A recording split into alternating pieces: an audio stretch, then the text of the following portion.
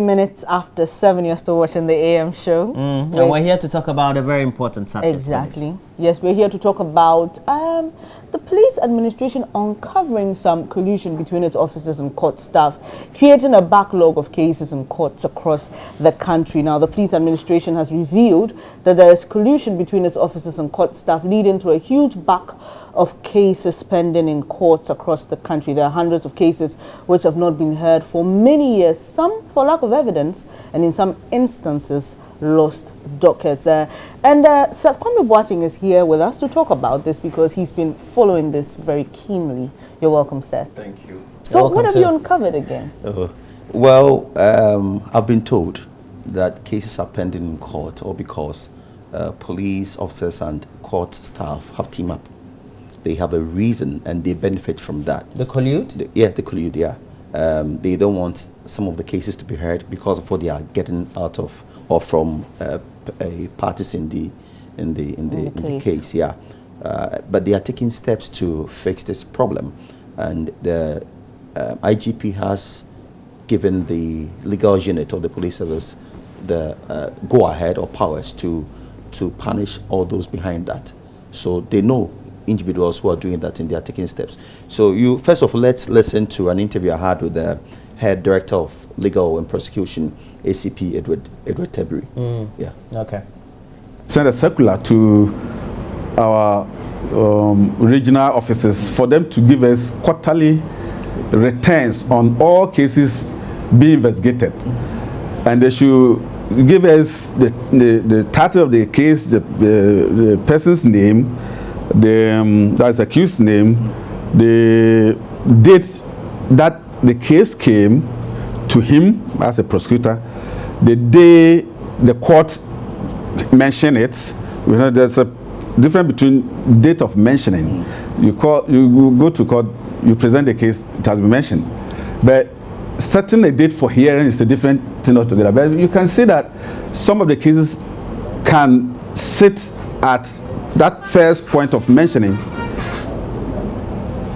for about 6 months, and no date has been fixed for hearing. That is where there's a collusion between the players in the justice delivery system. Here I can say that some court clerks, my own police officers, the prosecutors, and even somebody may be hiding somewhere and controlling things in court. So we try to do this mop up and see who or which case is pending unnecessary in court. So that will be now liaising with the Chief Justice, with the Attorney General's office, with all the players, that how come this our case is not being heard? Then we can take it up there. So we are trying to, maybe if we do it properly, this thing will cease. So is it to say or suggest that things will change under your watch as the head of the legal Not unit? under my watch. It's a teamwork. We came and we all sat down and saw that, no, this won't work. So we wrote to the IG. Can you permit us to do this so that when people fought, we sanction them? So the administration gave us the go-ahead. So we are now implementing. The last quarter came, and we saw that a lot of cases are pending. So we have asked them in the subsequent returns to indicate why a delay of, say, 1 month or so. They should give under the remarks column what is holding on to the case. If people will say, take me to court, after all, take me to court, that means he knows what he can do in court with our prosecutors and some court clerks. I'm not blaming the judges. The judge does not receive the jackets if they don't put the case before him or her.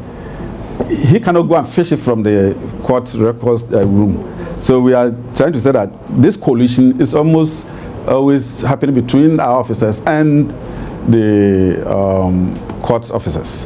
And that's a fact that has been established. So it seems the police service is very much aware of this. They are very much aware. And honestly, it got to a point in the midst of this interview. I told him, you are being too honest. Why? Because all the issues I went to discuss with him, he confirmed almost everything. The fact that we have some police officers who abandon duties and go on peacekeeping while their suspects are in jail You understand? So they are prosecution, and they have to provide witnesses in court in cases, etc. Or they are handling cases, Exactly. and then they are on another duty of the police service. Some and so out of the jurisdiction. Yes. Yeah. So they go and they keep people in prison on remand for years. And so and I'm very sure by the time they come back, they forget. exactly. That's why I did the first documentary, Logged and Forgotten. Okay. And this time I'm saying still forgotten. Yes, because there are a number of inmates who are still in our prisons on remand. Some have spent 13 years. 13 years. On remand. On remand. All because, one, some instances, their dockets can't be traced. Found? Yes, and some for lack of evidence. So why are they still So there? why are they still there? Yes, That's the question. Yes, and it's a question you'll be finding answers to, and you just showed us an excerpt of that documentary. That documentary. When should we expect it? Well, we're going to premiere this documentary the second week of June at the new office court complex. The Chief Justice has graciously given us her place to preview this very documentary. So we're going to let viewers know very soon about the date and time, and we're going to give invitation to people who want to come, strictly by invitation. Strictly Afterwards, by invitation. then we air on TV, on radio, and online.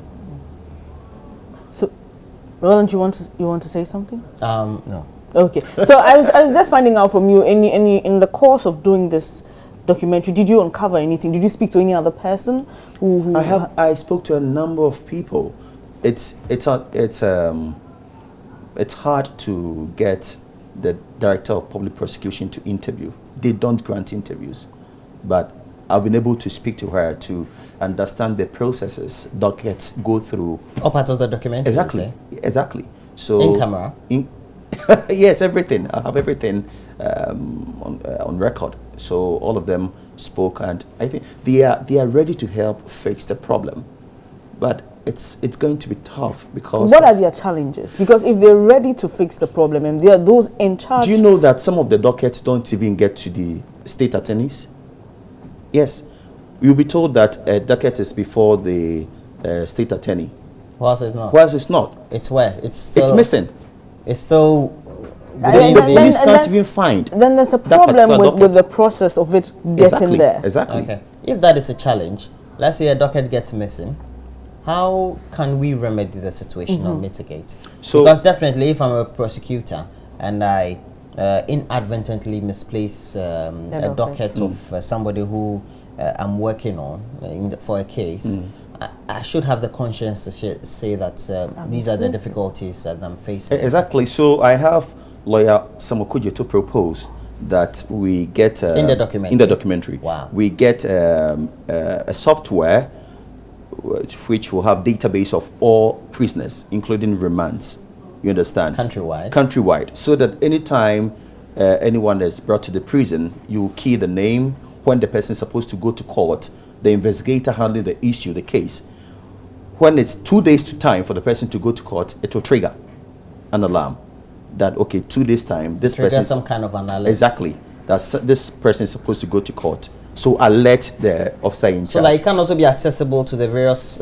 yeah, so Shraj can access this, the state attorneys can access this, the Chief Justice, all courts and all judges in this, including police, yes, they can all access this particular facility. And I've been told that UNDP is ready to help us do this. UNDP. So Shraj Boss, the Deputy Commissioner of Shraj, Joseph Ritao, also in this documentary, confirmed to me. But one other thing, do you know that there are people in prison, they were about getting their judgments known, and their judges were affected by this announced scandal? And they are still there? They are still there. Okay. So these judges went home with their document, everything. So it means... Well, there's no process of handing over a case? So it means if the judges took 6 years to handle a case, and they had written their judgment, and they went to the judgment, it means a new judge would have to come and start the process over again. So you're saying that there's no cessation? No. And all that is situated? Exactly. Yes, all these come. Okay. Now, we know that if you're watching trailers, let's say on YouTube, you have a good summary of a trailer packaged for you. The viewers will say that, oh, then I've watched it already. But what makes it more interesting, or perhaps whets my appetite or my suspense for me to come and watch? Well, just knowing that you can also end up in our prisons for just fighting somebody, for just breaking traffic rules, and you may end up spending years in prison. Now, some of the prisons are so congested that people squat and sleep, people stand and sleep. In one of the cells, a cell meant for about 10 inmates now has about 130 inmates. Cell meant for 10, having 130. So some squat and sleep, while others stand and sleep. So just to let all of us know that we have to do our part and help fix the problem. You don't know when you may end up there. Anything can happen to you. What's the most human interest aspect of this package you have?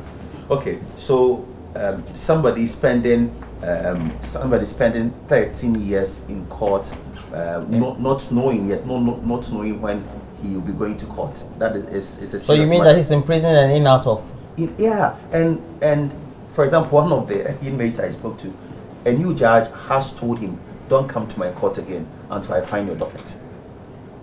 So for 2 years, this person has not been sent to court. Which is no fault of theirs. Yes. Are some of them innocent, really innocent? Yes, some of them. You can't tell. Claim. Yes. Oh. Some of them claim they are innocent. Innocent. Yes. Okay. Some of them claim. Indeed, all prisoners are innocent. Exactly. Even those who commit guilty. murder. Yes. Yeah. But if they are on a no, I don't even mean about what the law says. I mean, when you talk to them, all of them say they never get Of course. That's what I mean. Of course. All right. Yeah. So we wish you well on this, but you hope to premiere this on TV too. On TV, exactly. But first, you want to premiere it to your sectional public. Section, yeah. So I have the judiciary, the executive, the legislature. They're all coming together to see this documentary before we put on TV. I want to read law in the future, so perhaps maybe this can whet my help appetite. you. Exactly, It can whet your appetite. To keep people in the cells all the Okay. time, right? So there's a comment here. This says Kwame Boateng's really doing a good job, and that is why I love multimedia shows. This is from Pato at Laundry Service in Kumasi. Is that all the comments? That's all the comments I have. Okay, so Seth, the date again, and then We're when going to communicate the exact date Okay, soon, but it's going but to be it's the not second ready. week in June. It's going to be the Fantastic. second week Exactly. in June. So Kwame Boateng, wish you all the best. I'm grateful. That's my big man there. Still reigning top journalist we have here at Multimedia. Thanks, Seth. And in the country as well. Yeah, sure, as always. All right, so we have to take a break. When we come back, we'll be looking at some of the intricacies involved in various subject matters, and we know that the subject of the election, what also the judgment has been from the Supreme Court vis-a-vis that very Abu Ramadan case is on, and a lot of insight into what the comments are, what the various write-ups are. So you just have to check on some of the pages of the Daily Dispatch. You have some write-up from Dr. Raymond Atuguba. He's a senior lecturer, University of Ghana. He's also a legal practitioner as well, has written various opinions on the law in Ghana, and also Samson Ladi Ayenini, all published in the Daily Dispatch. I think it'll be good reading for you. Sure, and when we come, we'll also be talking to a young girl who has had a really terrible experience on the internet. The internet is a place for getting information and, you know, interacting with people, especially on Facebook, finding lost friends. But it's a place where most people are using that means to hurt and harm people. And this lady has been hurt so bad. Someone framed her up as having HIV/AIDS and circulated it on social media. We'll be discussing all the legalities involved in that. Please don't go away. We'll be right back.